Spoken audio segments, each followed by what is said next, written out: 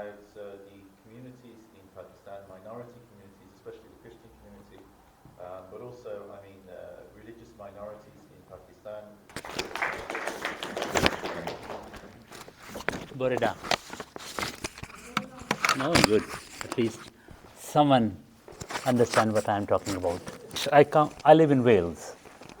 I have lived for 7 years in Wales, so I'm pretty confident at least to greet in good morning or good evening or say thank you at least in Welsh. I have lived all of my life in situations where the context was really multi-religious in a way, because if I was only student among 100 Muslim students, only Christian, then of course there was some sort of flavor or connection of interfaith into it.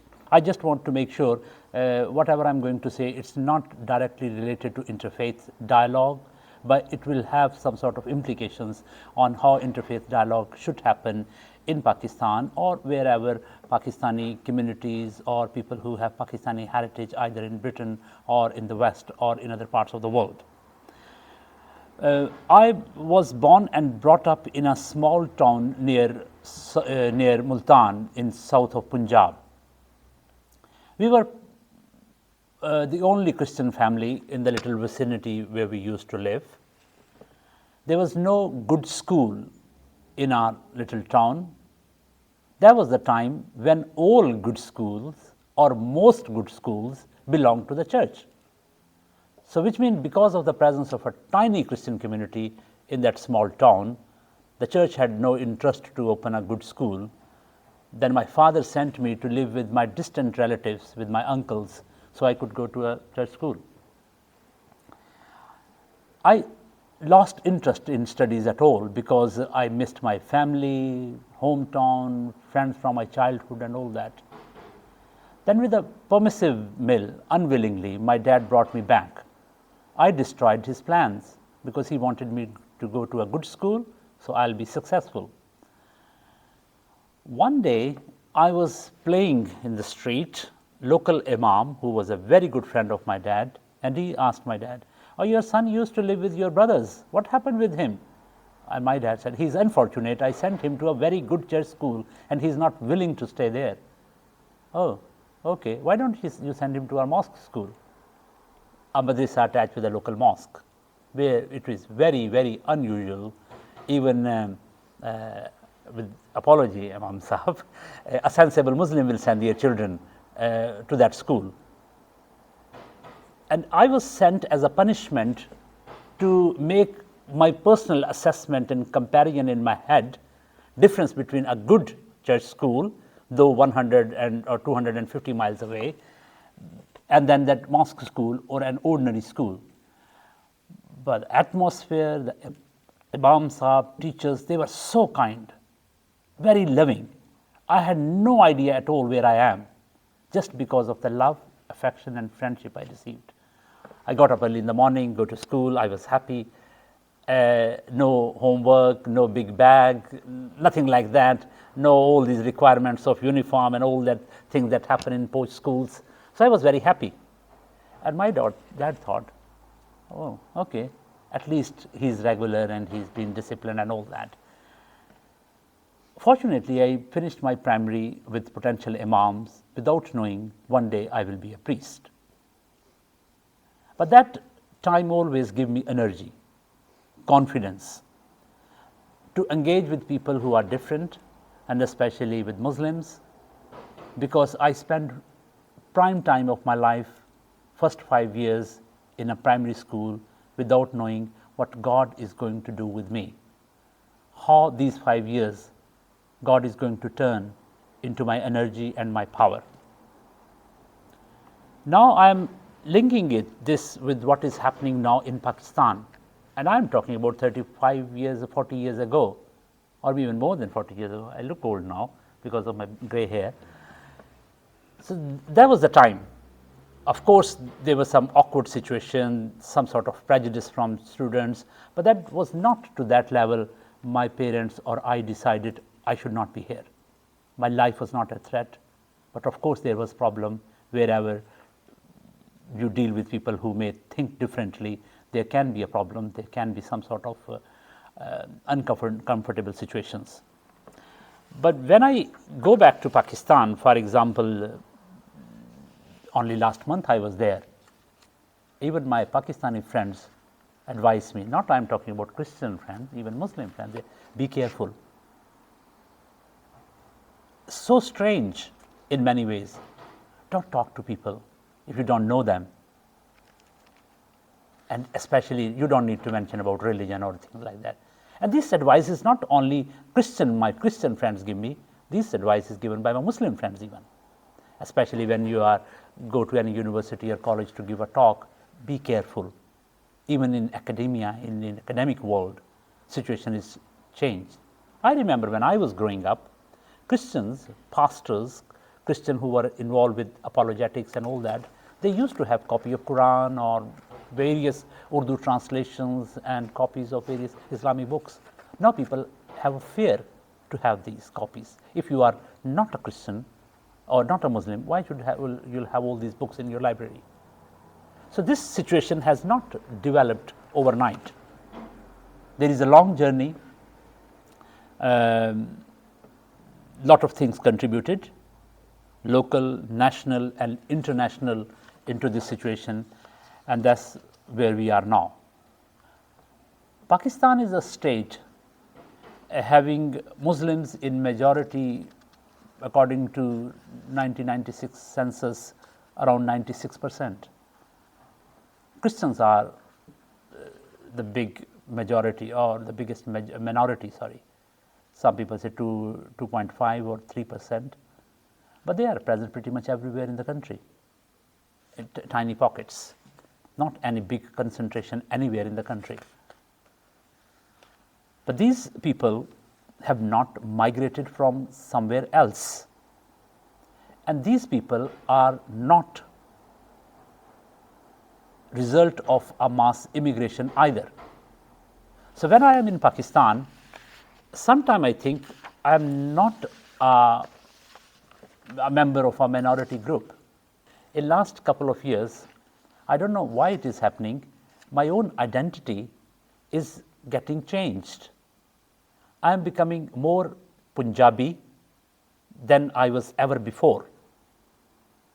I'm sure you understand, Punjab is one of the geographical areas in India and Pakistan both, but at the same time, it has been cultural and historical hub of Indian Indus and Harappa civilization for millenniums.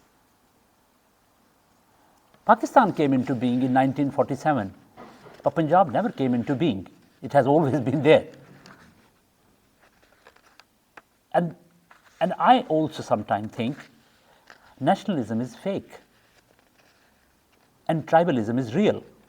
That tribalism is much stronger than actually your national identity. National identity needs a sport.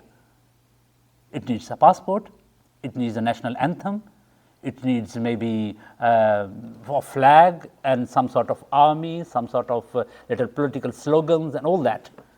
But tribalism, I'm using the word tribalism, is basically it's just wherever your soul is deeply rooted to, or wherever you come from.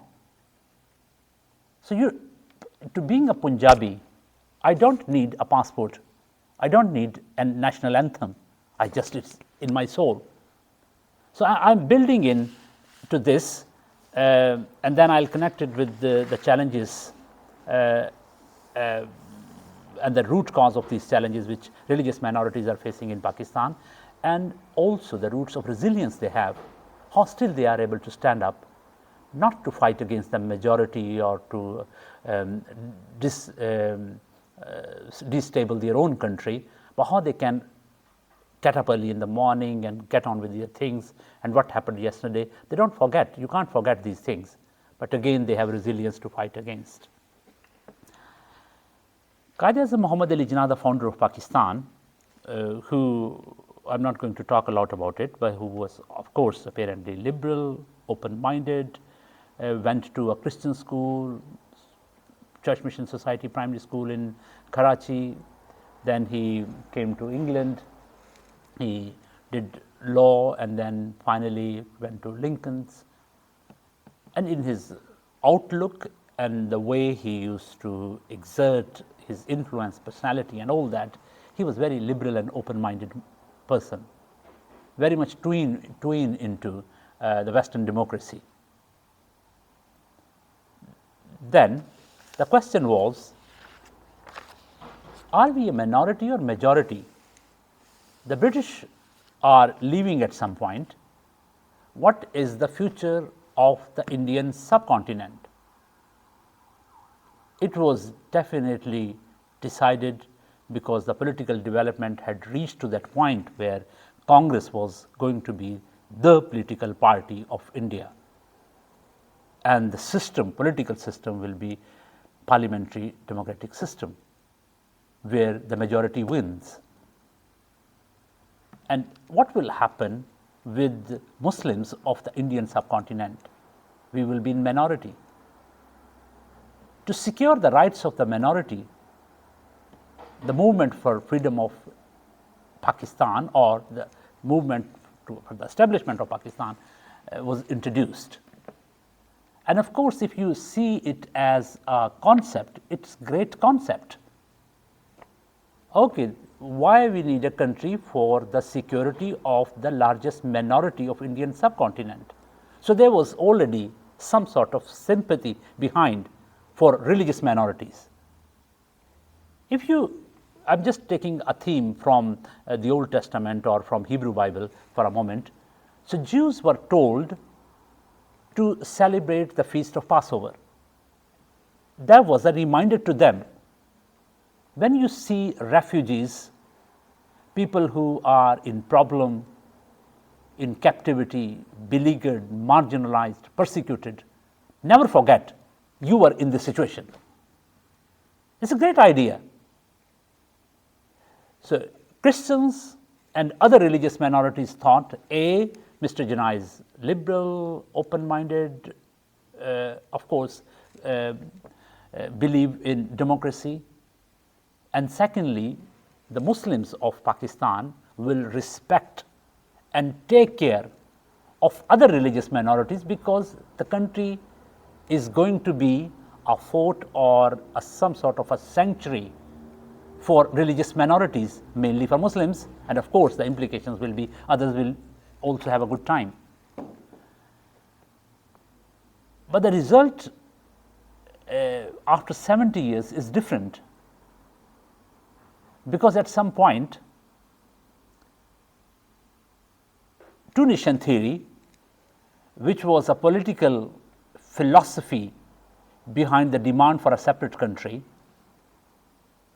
win over the democratic and very inclusive understanding of politics and citizenship in Pakistan. So if you are telling to the majority, we can't live with you because we are two different nations, nations on the basis of religion, then of course it will have a longer implication at some point. If, for example, in any country, I'm not giving an example of Britain, in any country on the basis of religion, if people cannot live together, then of course you will have to pay the price at some point in long way. So two nations, basis of religion, I think it was not an easy idea, but it was executed. Pakistan came into being. But looking at it a bit more philosophically, it was deeply rooted in fear, segregation and mistrust. Fear of the majority. We can't live with them. Why? Because they won't look after our interests. Though we have lived with them for the last 800 or 1200 years. United India or Indian subcontinent, that still from my point of view includes Pakistan, India and Bangladesh, was one of the richest part of the world at some point, especially before the British arrived. I'm not saying they brought all the money back to England, but just I'm saying that was the richest part of the world. No question about that. That's true. That's true, yeah. Not rich in, from financial point of view, but rich from culture, ethnic, and religious freedom was pretty much at the highest level of human experience in the Indian subcontinent. That was the reason. If you gather all the Muslim population in the Middle East, Muslim population in the Indian subcontinent is still more. If you gather all the Christian population in the Middle East, Christian population in Indian subcontinent is more than the Christian population in the whole Middle East, including Palestine, Iran and Iraq and all that.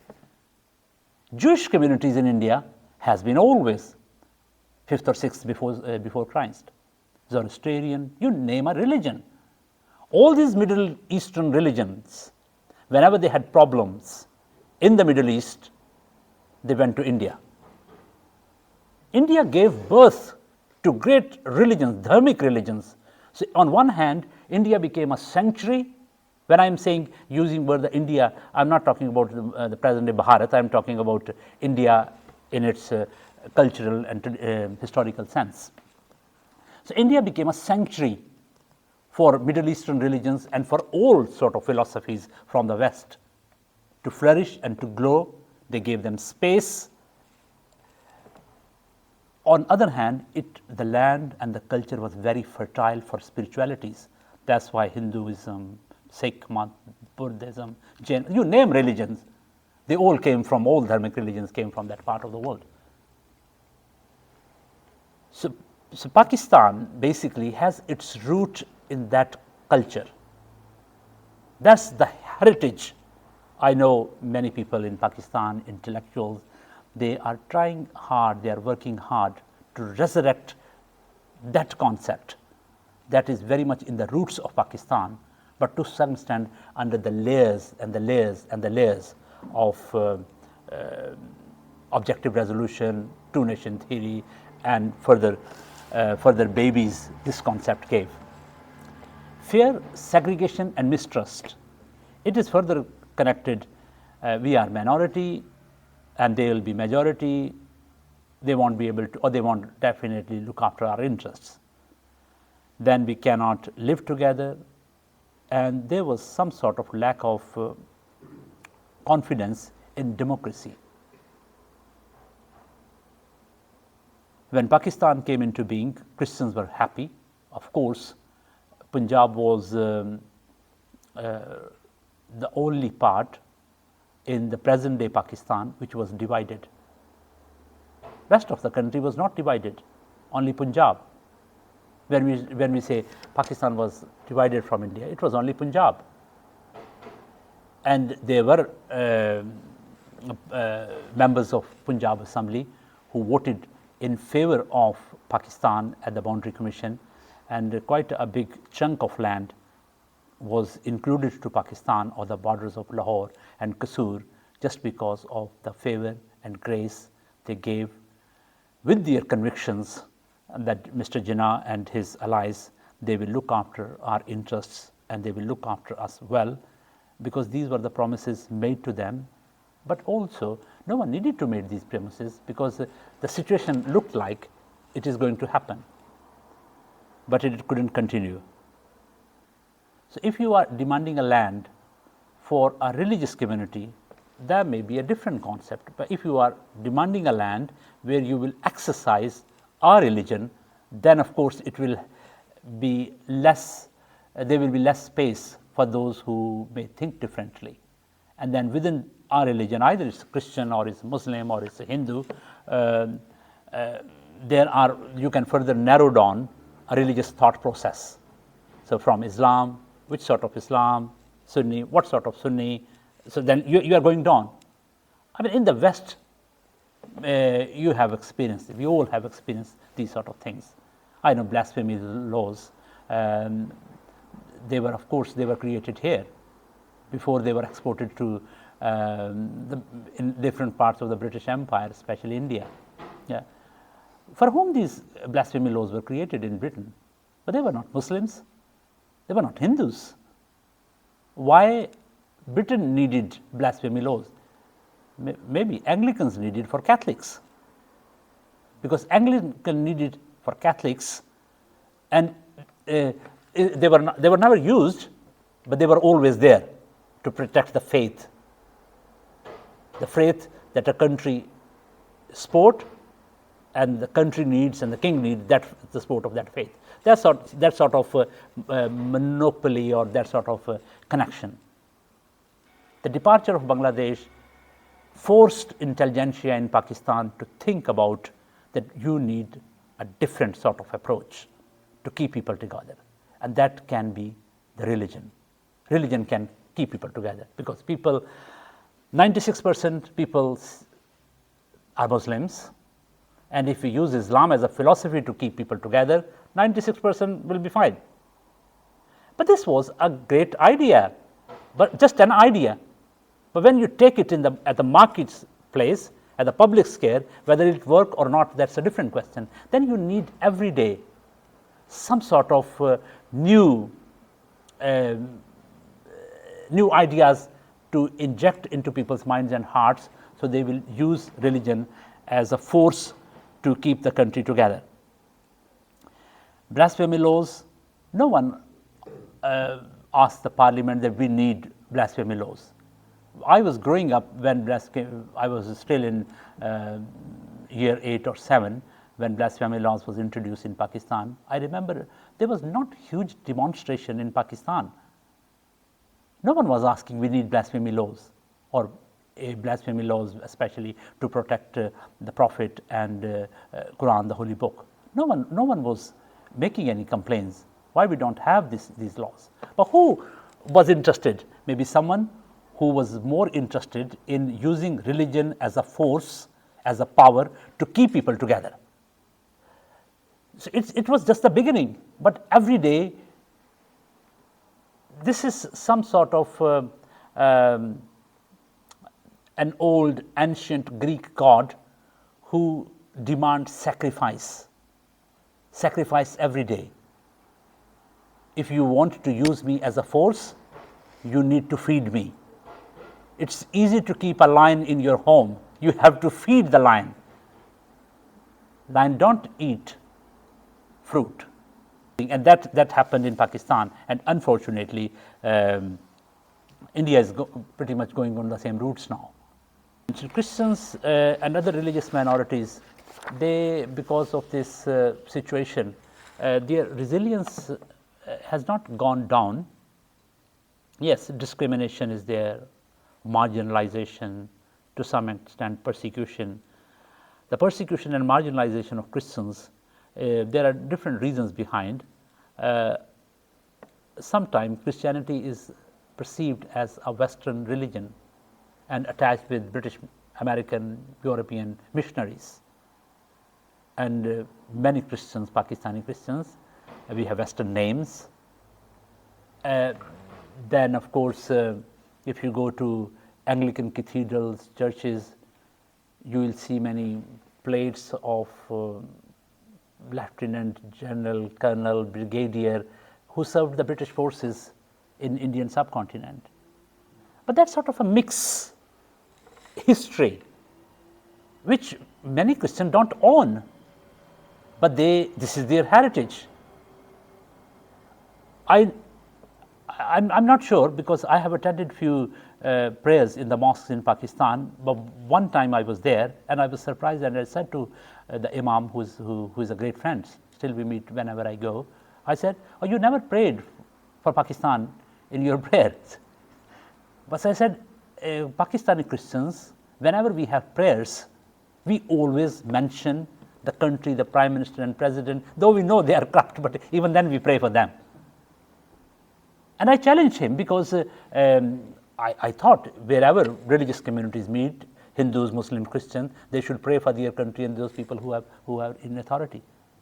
So Christians, of course other minorities too, but I'm talking about Christians mainly, so they pray whenever they meet, wherever they have a public prayer, they pray for the country, they pray for people who are in authority. But what is happening now is creating a lot of disparity, lack of confidence in the system of the country, and to some extent in the institutions. That's the one side. But on the other side, there are a lot of people, and they are not a minority, but that is a silent majority, I would say. They are ready to stand for religious minorities, and they have paid the price. It's not that absolute Muslim majority who are killing Christians or minority. That's not the picture of Pakistan. There is a silent majority in Pakistan, and among them there were those who gave their lives for Christians. I would like to mention a few names, especially the former governor of Punjab, a wealthy man, very, very rich, a businessman, a great politician, the governor of the biggest province of Pakistan, died for a woman, a Christian, and a poor. He knew what may happen with him. And only last month when I was there, I met with the lawyer who fought for Asia Bibi. He not only fought for Asia Bibi, he also fought for Salman Taseer, who was killed by his own guard. Number one, he was managed to get Asia Bibi free, but also he was managed to get Salman Taseer's murderer hanged. He is a Muslim, but there are hundreds of examples. But the problem is that's a silent majority, or they are kept silent, because those who have loudspeakers and those who have street power and those who can use violence to execute their ideas, they are more powerful. Because it doesn't matter anyone listen to them, but they can make headlines. So when violence is justified, when extremism is sympathized, then there is a less hope, especially for those who have no intention to use violence at all, or who don't want to use violence at all. Christians in Pakistan, A, they can't, or secondly, they don't want. But what is future? What is happening? It is not only affecting their daily life.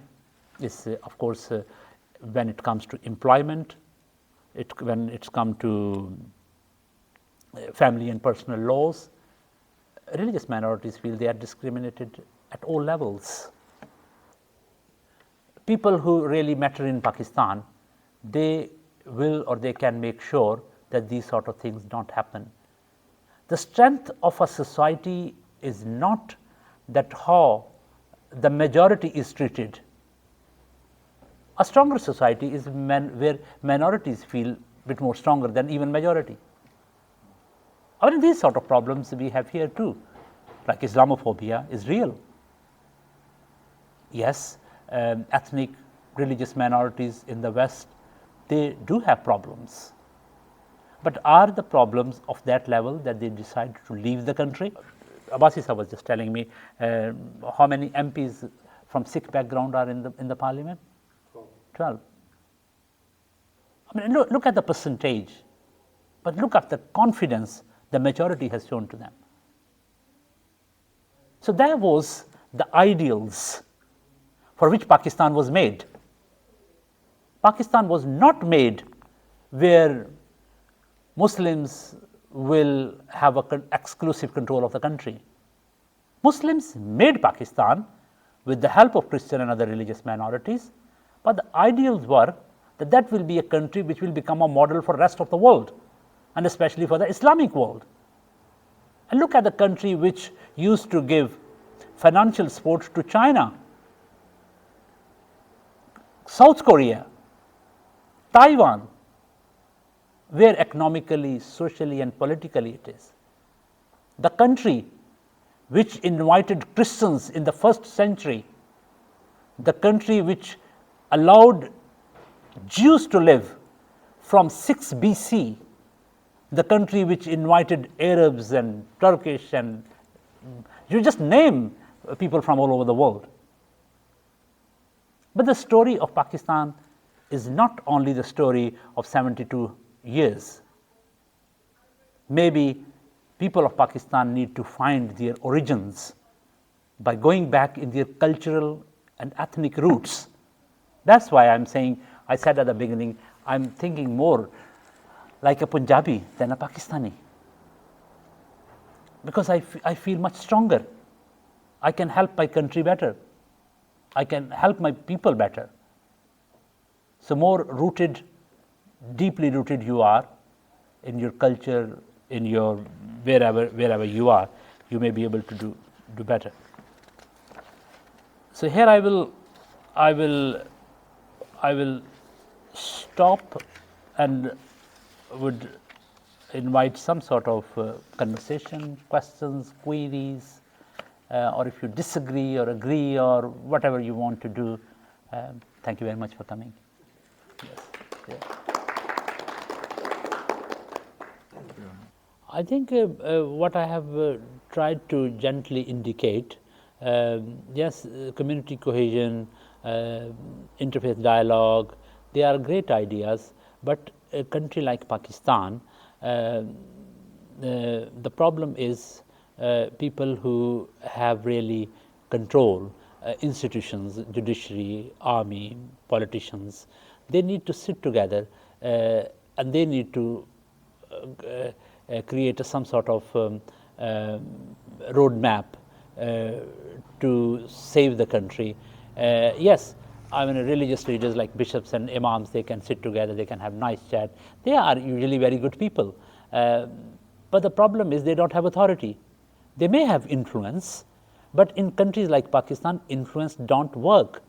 We usually say in Church of England, for example, bishops have no authority, but they have influence. Yeah. So influence work when the systems are strong. But when systems are not strong, influence won't work. Yes, you're a nice guy, but you don't have authority. But why don't you speak to? That's why sometimes people want to speak to those people, those leaders of those institutions who really have authority. And they say, better not to waste your time with the Prime Minister or with imams, and why don't you speak, Mr. So-and-so? So from my point of view, the solution is, and Pakistan is a great country in many ways. If you really want to sort out something, learn from Chinese.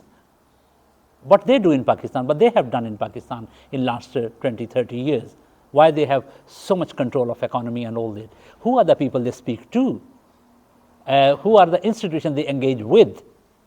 So from my simple, straightforward solution is, we all who love Pakistan, and I have a hope that one day Pakistan will go back to the original plan of Mr. Jinnah and his allies. The Pakistan will be a model not only for rest of the world, but mainly for Islamic world, because that was the first country ever which came out of a minority context.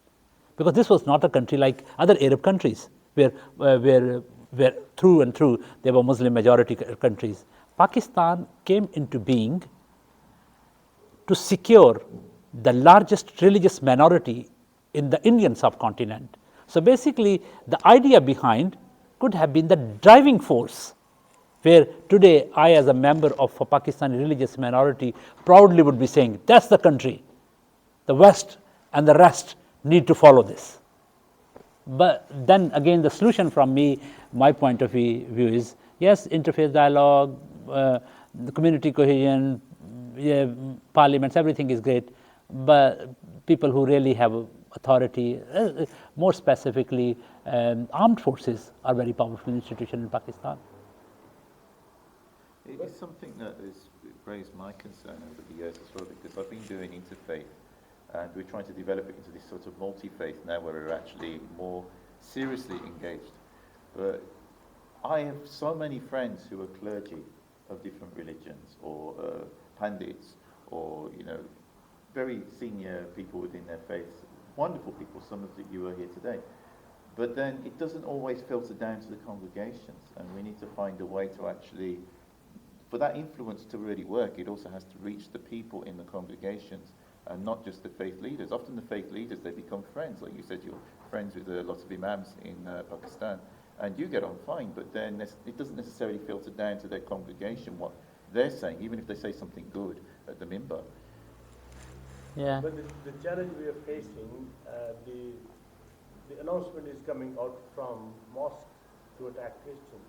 Yeah, that is really So bad. you're saying that, I mean, the influential people should do something, but the imams are good actually, but we are facing the challenge that the announcement is coming out of the mosque speakers to attack Christians. Yeah. And it's like, why isn't there a regulation in place that, in a lot of countries there is a regulation that certain things, I say you've got freedom to preach, but certain things should not be preached. And if you preach those things, then you lose your license to preach. Why that isn't the case, Why isn't the case? I think I used, again, gently an illustration of keeping a lion as a pet in your home is different than keeping a dog in your home. Dog is very humble. If you haven't fed him, when you'll come back, we have a little puppy. If my wife, when she goes out, go for work, if she forget to feed her, and if I haven't fed her for a couple of hours, she can still survive. Yeah. And then when she's getting hungry, she'll give me a lot of signals anyway, but she won't bite me. But I shouldn't expect if I'm keeping a lion in my home. So if you have that sort of idea behind, that's the force we will be using to keep the country together, then it will need a meat. And if you are not able to provide, it will eat you. They'll eat you. So that is what's happening in Pakistan. You didn't allow or use the organic, cultural, ethnic, even religious forces to keep the people together. I mean, when I was growing up, my 80% or 90% friends were Muslims. So I don't know where they all have disappeared, or I have disappeared, but to some extent, the level of trust has gone down in the last 30, 40 years. And the religion is a great thing, but at the same time, we all need to understand most religion, Islam, Christianity, now Hinduism too, they to some extent are global. So anything happen in any part of the world that can quickly trigger situation and upset another part of the world through the community connections. We do. We have this problem, and I like the fact you mentioned that with the way Pakistan was set up as a majority Muslim country, and when you make it on a religious basis, instead of like in Britain, it's on a citizenship basis. We're British citizens based upon our citizenship. It's got nothing to do with our faith. America is the same. When you have that kind of a basis, and even Indonesia is the same. People are citizens of Indonesia based upon their being Indonesian, even though not quite exactly the same as here, but it's more that rather than going to that route, yeah. When you have it set up as a religious state, whichever religion, then you've already got a barrier there. It's something that Sheikh Manwar Ali mentioned. There's us and them. Once you create that us and them situation, it doesn't have to start nasty. It can just, it's us and them.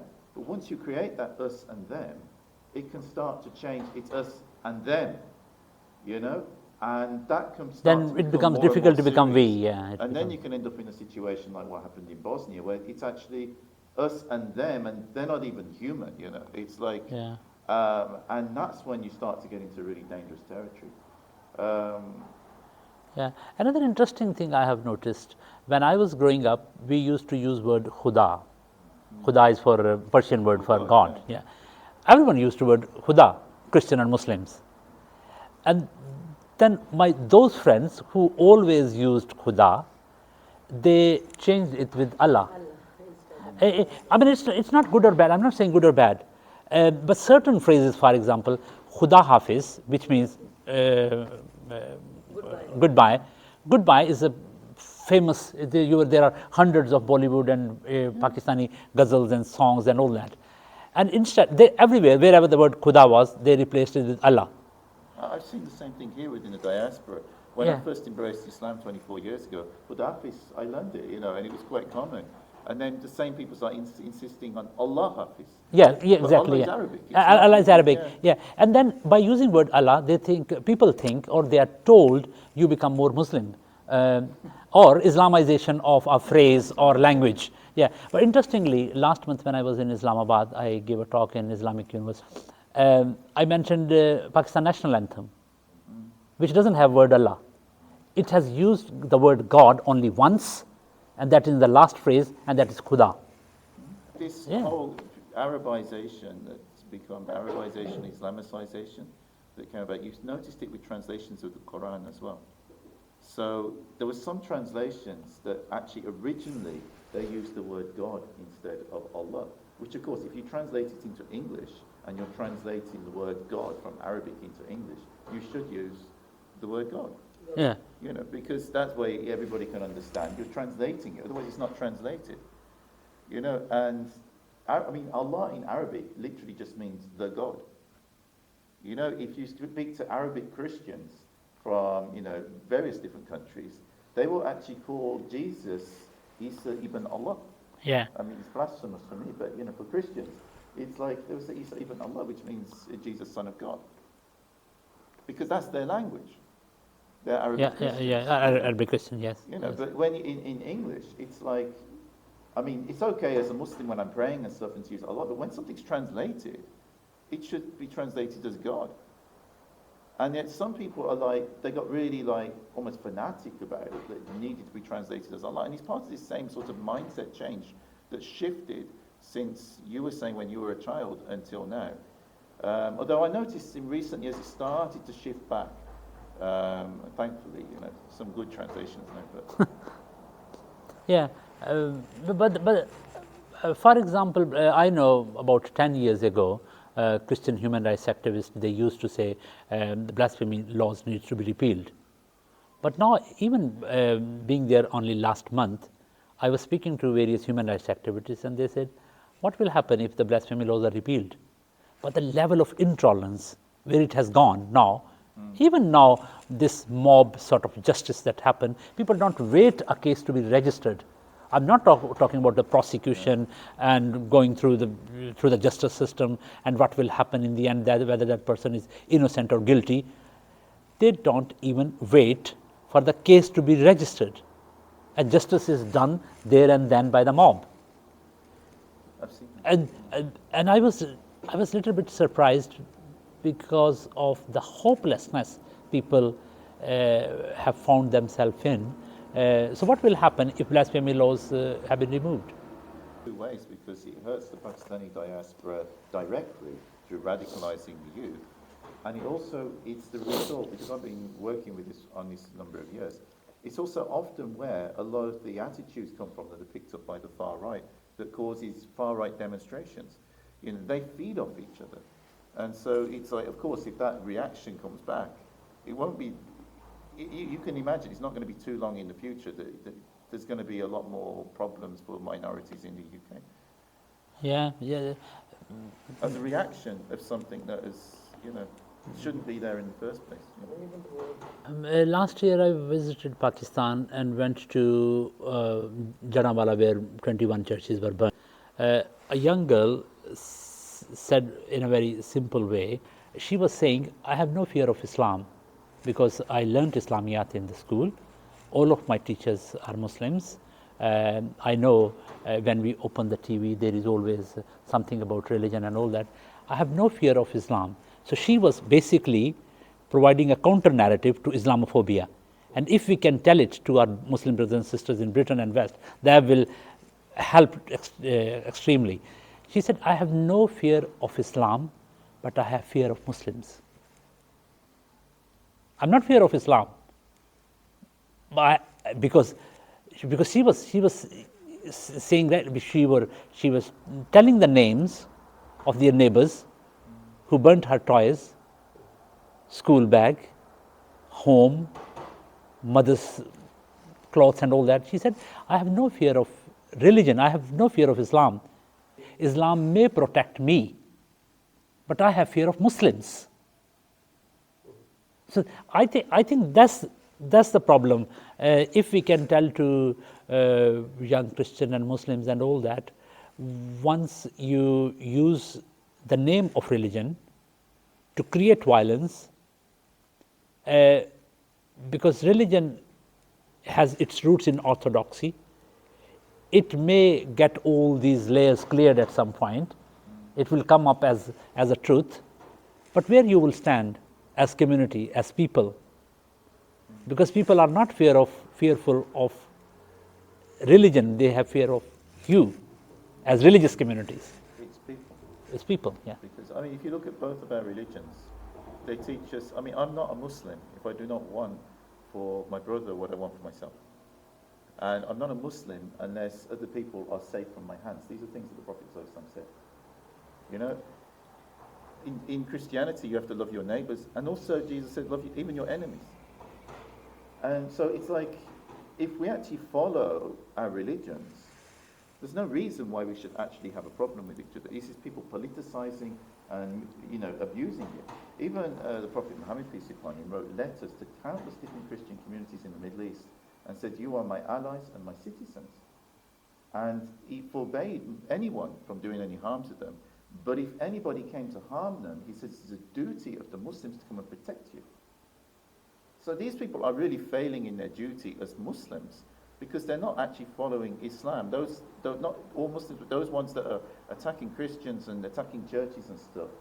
The Prophet Muhammad, peace be upon him, would be the first person to tell them, you have nothing to do with my religion. How dare you do that? You should rebuild their churches and look after them. Yeah. You know? Yes. So it's a twisting, Yeah. you know. The first church which was repaired or renovated or rebuilt was basically by Jamaat Islami. But as I said, the problem is majority is silent, but majority is good. Minority is violent, but they are vocal. So those imams who you have imported from Pakistan, I think they have their own. I'm not saying they intentionally create problem.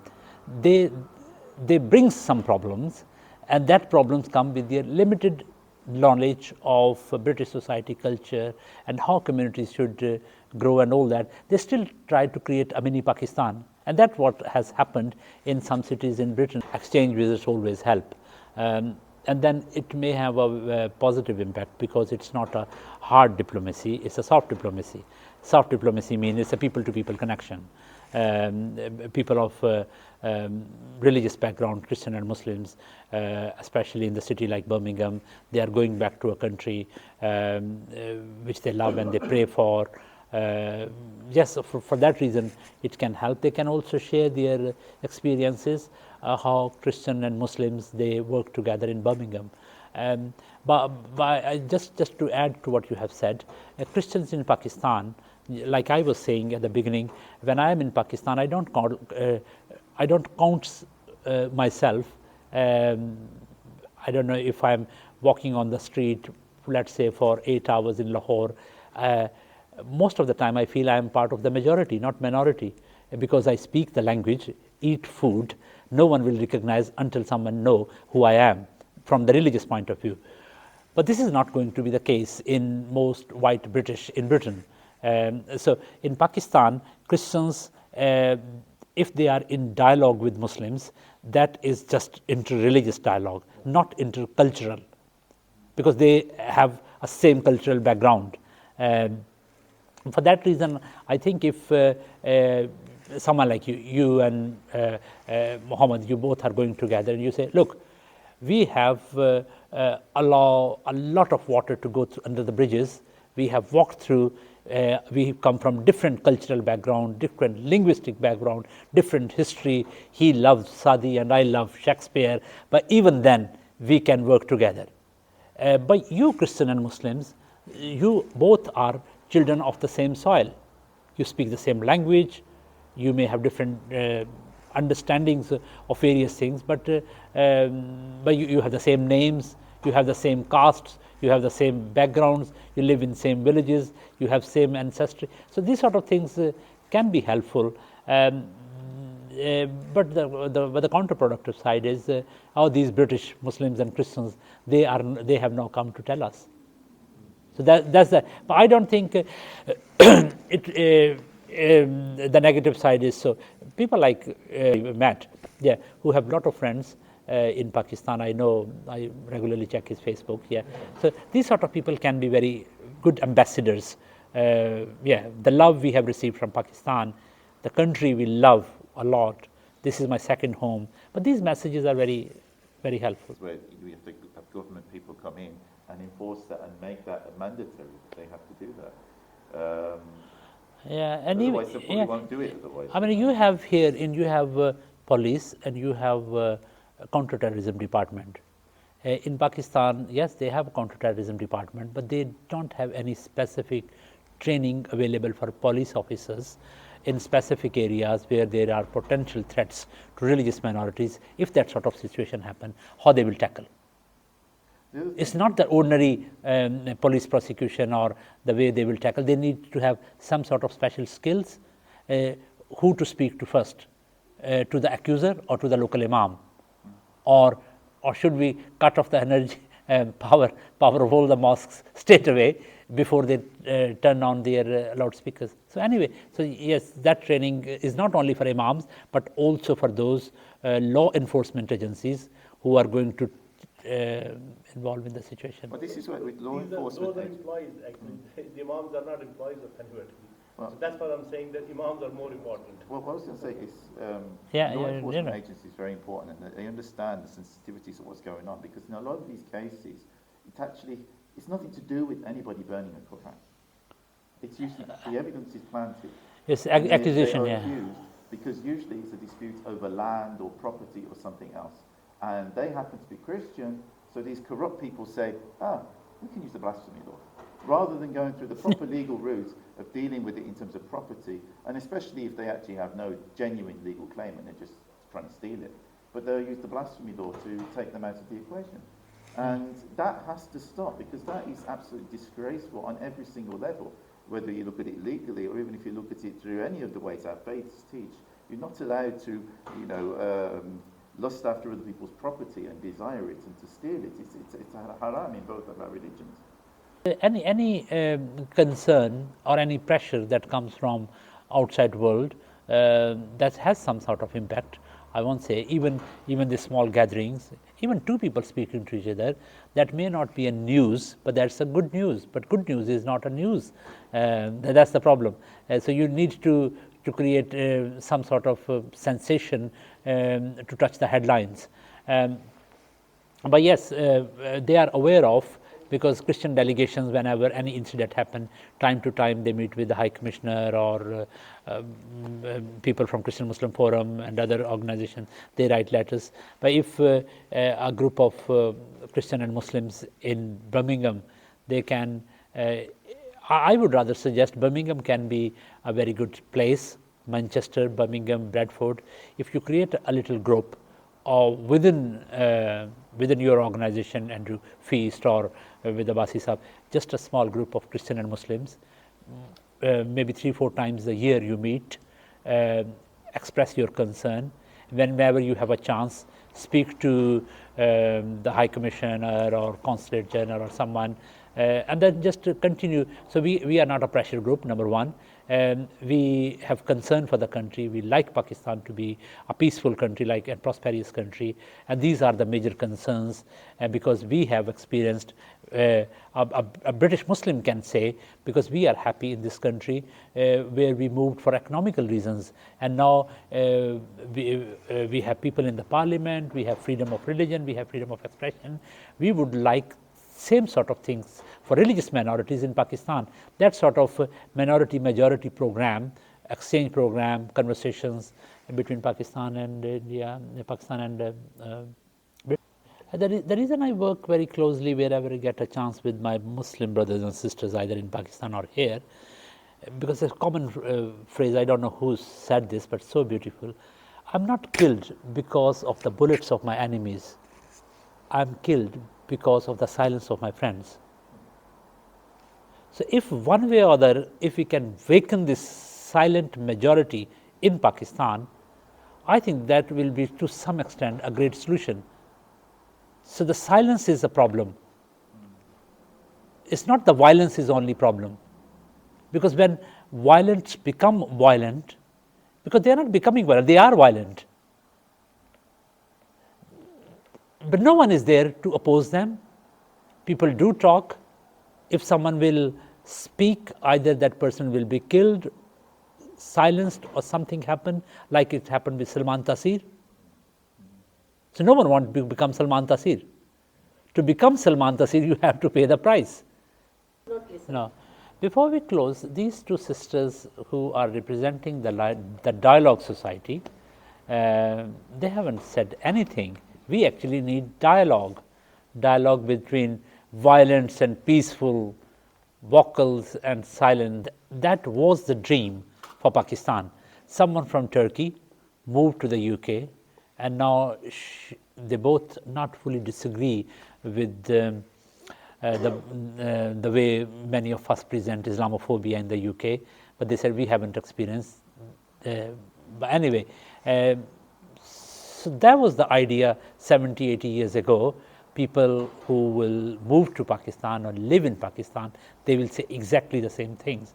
But what these people who come from Pakistan, but they are talking about, it's not, it's look like some sort of anger, concern, but they still pray for Pakistan. And then you cannot find a single Pakistani Christian, and I will say about Hindus and other minorities too, who were taken as a threat to the state. Never got involved with anti-state activities, never got involved with terrorism, never took foreign money to stable Pakistan. Whatever the tiny money they have, they gather from their churches, open schools, hospitals, do a lot of good work for the common good, not for their own communities. So I think from religious point of view, I think we all believe if those communities and those people who are beleaguered, marginalized and persecuted, not because of the bad things they do, but because of the good things they are doing for the country and the place where they live, they are living martyrs.